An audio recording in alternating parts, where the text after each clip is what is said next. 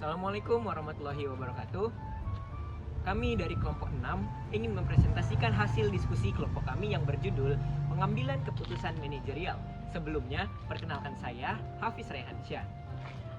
Perkenalkan, nama saya Ridho Aditya Sembiring. Perkenalkan, nama saya Muhammad Ridho Aritonga. Saya Tenggu Muhammad Aditya Otman.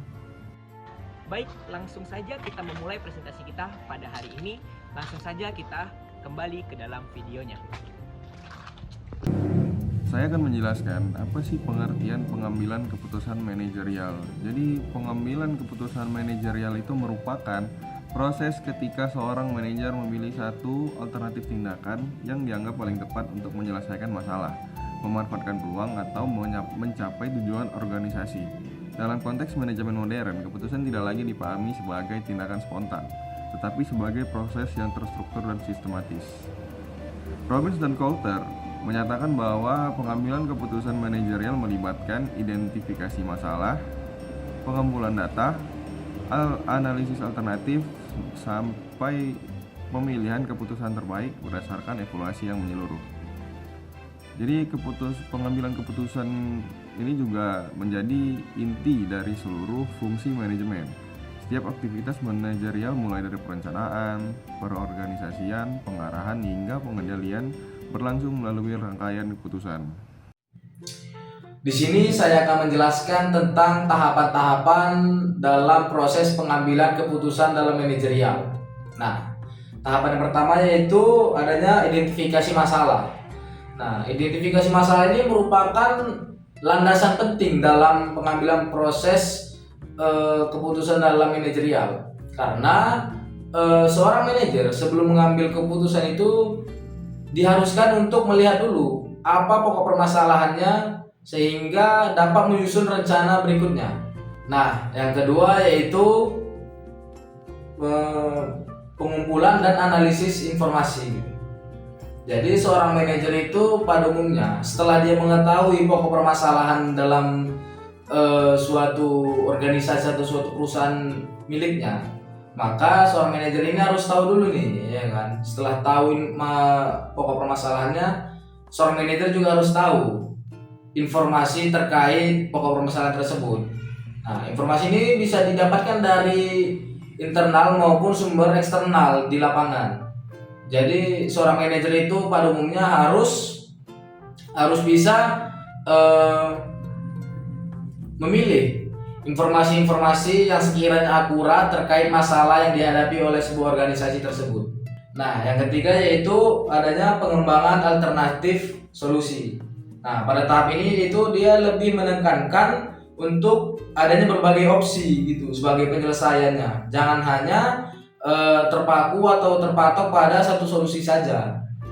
Nah, dengan adanya pengembangan alternatif solusi, jadi seorang manajer itu lebih leluasa untuk menentukan solusi mana yang sekiranya lebih tepat dan akurat untuk masalah yang dihadapi oleh sebuah organisasi tersebut. Nah, selanjutnya yaitu ada tahapan evaluasi alternatif. Dari terkumpulnya alternatif solusi tadi, maka seorang manajer harus mengevaluasi di antara solusi-solusi tersebut. Karena untuk mengetahui itu apakah berbagai alternatif solusi itu bagus untuk organisasinya atau malah tidak. Karena dapat dilihat dari beberapa aspek gitu. Contohnya mengenai aspek biaya, manfaat, resiko, dampak etis, implikasi jangka panjang atau jangka pendeknya, serta kesesuaiannya dengan visi dan misi dari organisasi tersebut. Nah, setelah adanya evaluasi alternatif solusi tadi, maka selanjutnya itu tahapnya pemilihan alternatif terbaik. Pada tahap ini, manajer memilih solusi yang paling sesuai dengan tujuan organisasi. Pemilihan tidak selalu berarti mencari alternatif paling sempurna, tetapi solusi yang paling realistis, efisien dalam konteks sumber daya, waktu, serta kondisi organisasi tersebut. Nah, langkah selanjutnya yaitu implementasi keputusan. Setelah alternatif solusi terpilih, maka langkah selanjutnya yaitu menerapkannya ke dalam tindak nyata. Tahap ini sangat penting karena keputusan yang baik sekalipun itu tidak akan memberikan hasil apabila tidak diimplementasikan dengan baik. Implementasi membutuhkan koordinasi lintas divisi, dukungan sumber daya manusia, pembagian tugas yang jelas, serta mekanisme komunikasi yang efektif. Seringkali hambatan implementasi muncul karena keputusan yang dipilih kurang tepat, tetapi karena pelaksanaan tidak terencana dengan baik, misalnya kurangnya pelatihan, minimnya dukungan anggaran, serta resistensi dari karyawan. Nah, tahap terakhirnya yaitu evaluasi solusi dari hasil tersebut. Setelah terciptanya atau diselenggarakannya beberapa tahap tersebut, seorang manajer harus mengevaluasi hasilnya. Karena tahap terakhir adalah memilih apakah keputusan yang diambil telah tepat dan memberikan hasil perubahan yang sesuai dengan keinginan sebuah organisasi tersebut. Evaluasi diadakan dengan membandingkan hasil aktual dengan target yang ditetapkan. Proses evaluasi tidak hanya mengukur hasil akhir, tetapi juga mengkaji proses implementasi, hambatan yang muncul, serta pelajaran yang dapat dipetik dalam organisasi modern tersebut. Mungkin segitu saja penjelasan dari saya, selanjutnya mungkin akan dilanjutkan oleh rekan saya. Materi selanjutnya adalah faktor yang mempengaruhi pengambilan keputusan manajerial. Pengambilan keputusan manajerial merupakan suatu proses yang dipengaruhi oleh berbagai dinamika, baik dari dalam organisasi maupun dari lingkungan luar.